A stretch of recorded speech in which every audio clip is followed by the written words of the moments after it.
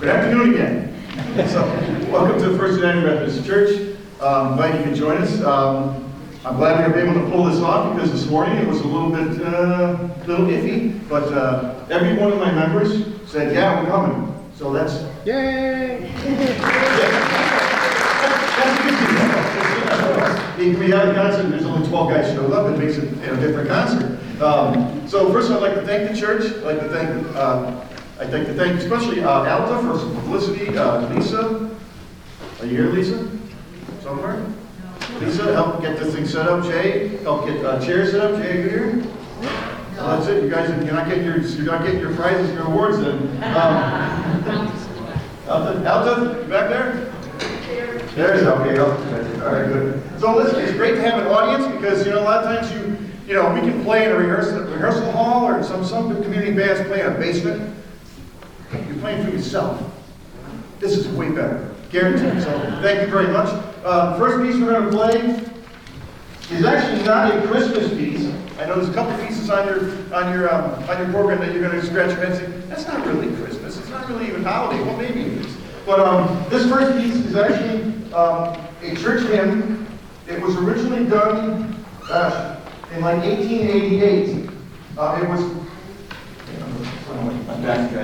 It was a variation of it's called CWM Rhonda, or "Oh Guide Me, O Great Redeemer." I know you'll recognize the tune, but let's just say that the arranger, William Mac Davis, took a lot of liberties twisting this around. You're going to have fun with it. The original piece was from 1745. I mean, think about that. It's 50 years old or something like that? 300, sorry. Almost 280 years old.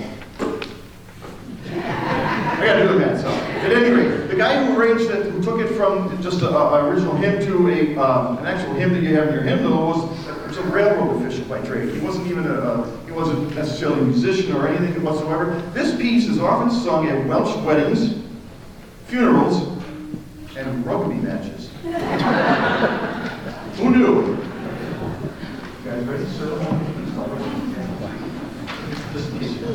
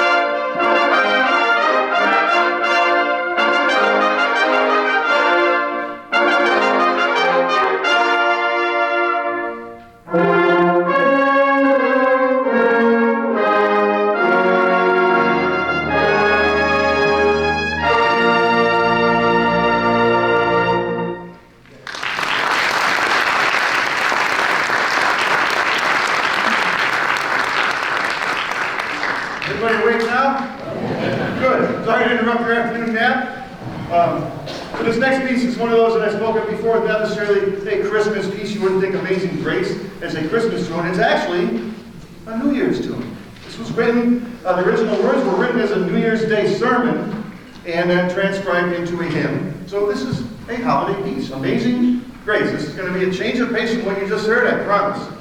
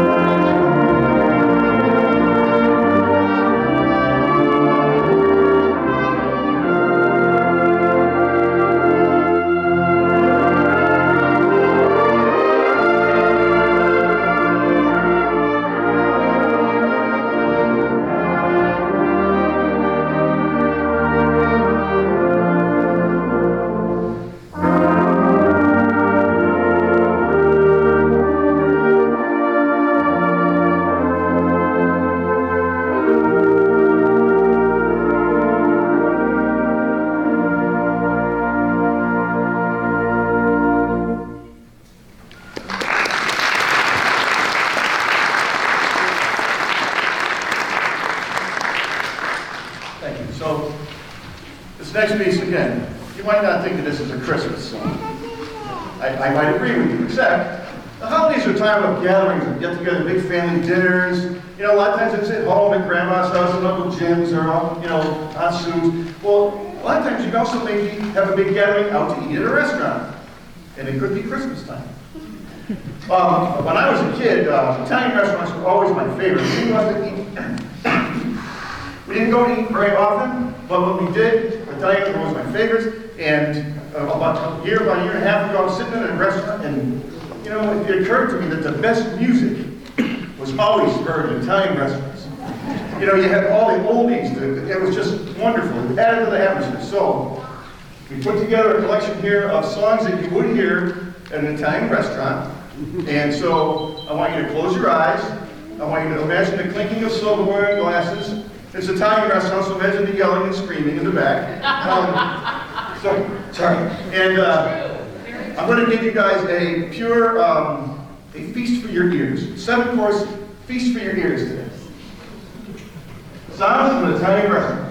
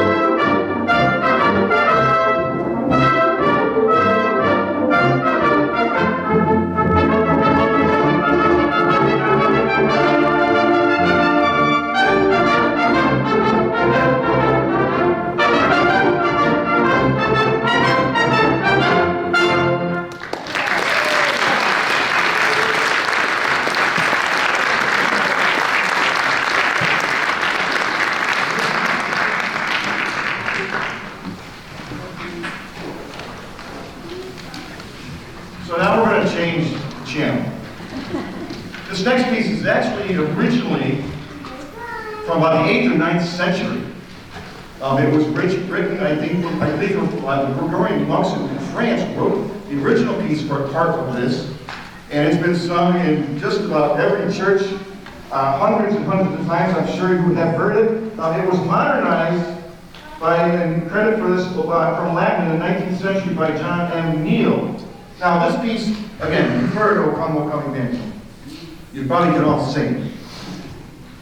Not now. But there's a lot of little hidden gems in this that I want you to listen for. There's a whole bunch of other little, we'll call them Christmas gifts, planted among this. As you listen through them, you're going to hear it in 3 or 4 different styles. I want you to listen for the other pieces. It won't be a test, so you don't have to memorize.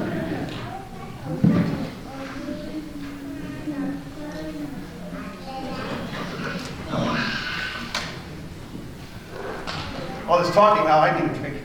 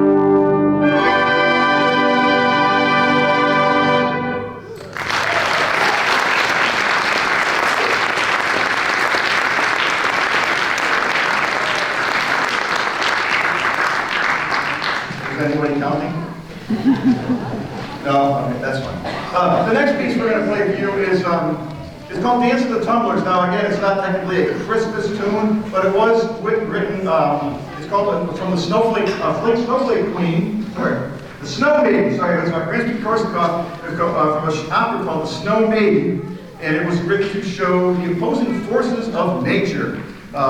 This is from the excerpt from The Snow Maiden.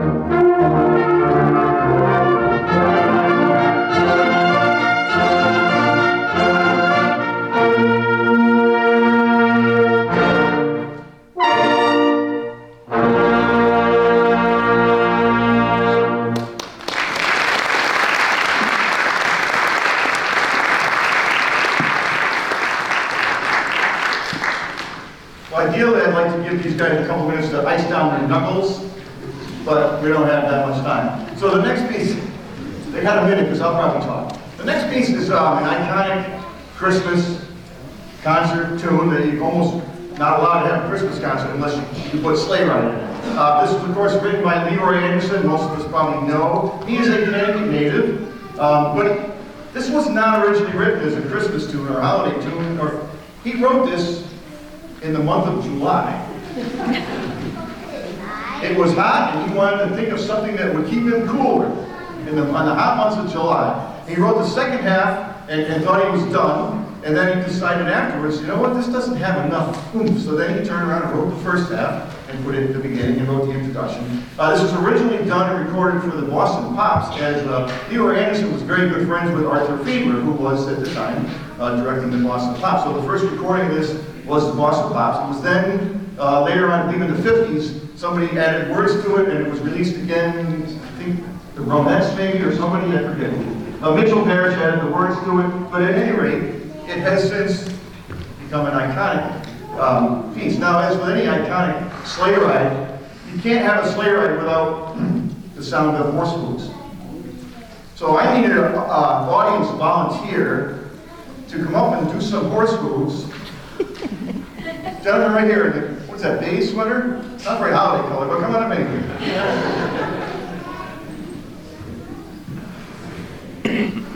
What's your name? Chris. Chris, have we ever met before? Chris, there's a spot back there, and there's music back there if you can read it. Can you read music? A little bit? Enough? All right, perfect. You're a perfect drummer. Sorry, guys, I couldn't resist that. All right, I need someone who can play the jingle bells. Can you play the jingle bells? Are you sure? All right, come on. So go back and stand next to whatever his name is, Chris. And there's bells there. Now we're going to give you guys a little test too. Perfect, you passed.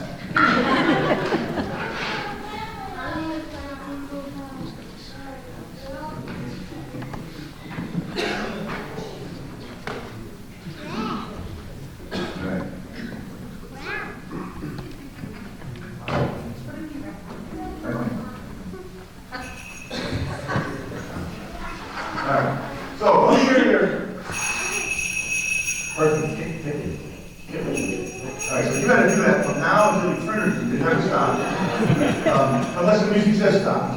Chris, can you all right with it? Perfect. All right. He's halfway through his bachelor's in music. He's in percussion. So. All right, here we go. Sleigh ride. This was adapted. Obviously, you don't see any clarinets or flutes up here, so we kind of had to do a little bit of finagling and recreation of this piece. So I think you'll like it. I'm pretty sure you'll recognize it. Let's do it.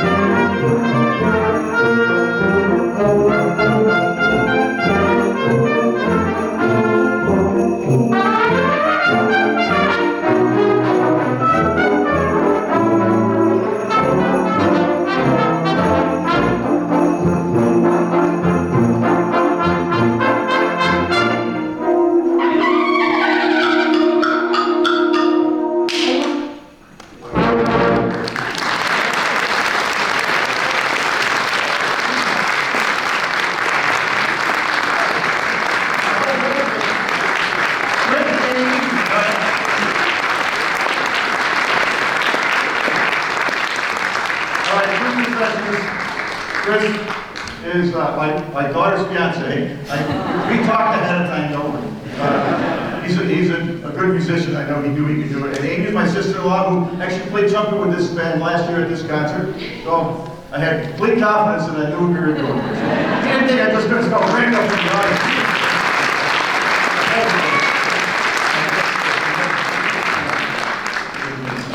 So, we're going to take a short break again so we can ice down your chops, put some, maybe put some lotion on their knuckles. We're going to do a second half if you guys want us to. All right, good. We'll give us 5 or 10 minutes and we'll come back and we'll make some more noise in here. Thank you.